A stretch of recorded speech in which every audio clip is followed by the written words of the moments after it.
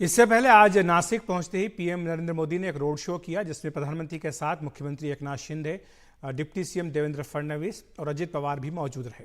2 kilometre के इस road show में हजारों लोगों ने पीएम का स्वागत किया। इसके बाद पीएम ने काला मंदिर जाकर पूजा अर्चना की।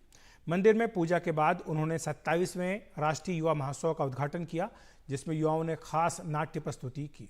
इसका पीएम मोदी ने लुत्फ उठाया। इस दौरान उन्होंने अपने संबोधन में कहा कि सभी लोग तीर्थ स्थानों में स्वच्छता के लिए श्रमदान करें।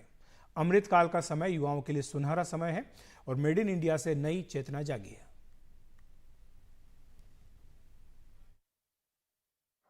आजादी के पहले के कालखंड में ऐसे सभी महान व्यक्तित्वों ने देश के लिए काम किया और उन्होंने देश को नई दिशा दिखाई।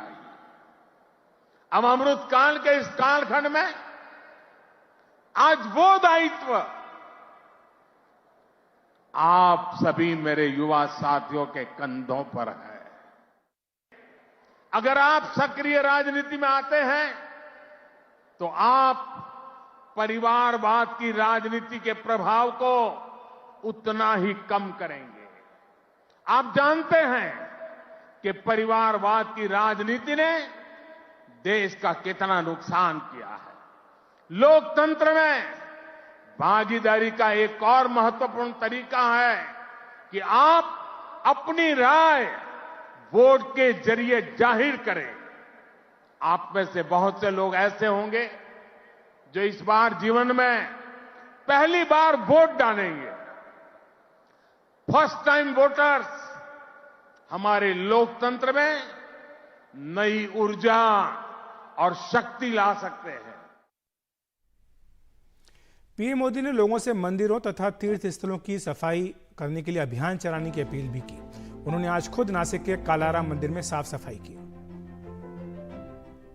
मैंने आह्वान किया था 22 जनवरी तक हम सभी देश के तीर्थ स्थानों की, मंदिरों की साफ सफाई करें, स्वच्छता का अभियान चलाएं।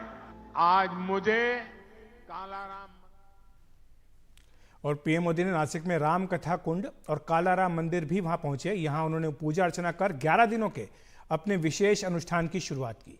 पीएम मोदी 22 जनवरी को अयोध्या में रामलला की प्राण प्रतिष्ठा करने वाले हैं। इसी के लिए आज से 11 दिनों तक विशेष अनुष्ठान कर रहे हैं। नासिक के काला मंदिर में पूजा के बाद वो कीर्तन में भी बैठे और झांझ बजाई।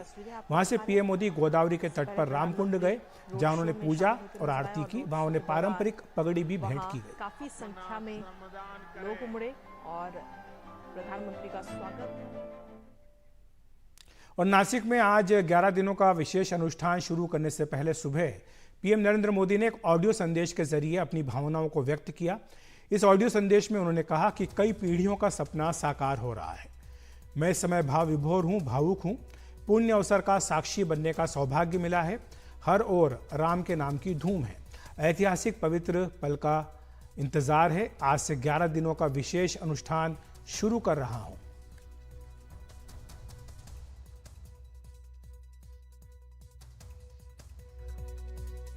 हर किसी को इंतजार है 22 जनवरी का, उस ऐतिहासिक पवित्र पल का।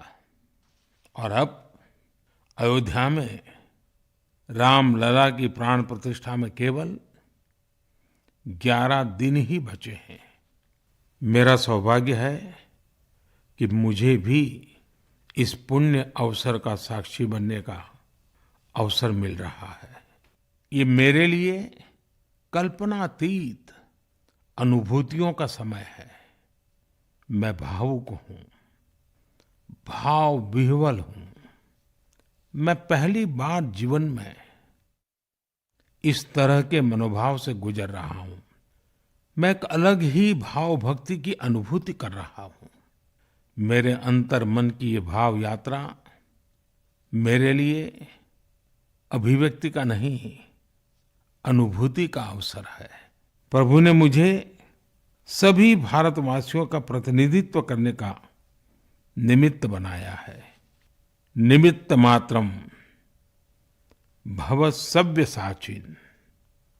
ये एक बहुत बड़ी जिम्मेदारी है। जैसा हमारे शास्त्रों में भी कहा गया है, हमें ईश्वर के यज्ञ के लिए, आराधना के लिए स्वयं में भी दैवीय चेतना जागृत करनी होती है।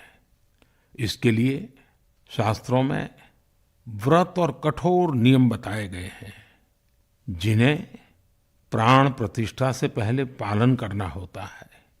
इसलिए आध्यात्मिक यात्रा की कुछ तपस्वी आत्माओं और महापुरुषों से मुझे जो मार्गदर्शन मिला, उन्होंने जो यम नियम सुझाए हैं, उसके अनुसार मैं आज से 11 दिन का विशेष अनुष्ठान आरंभ कर रहा हूं।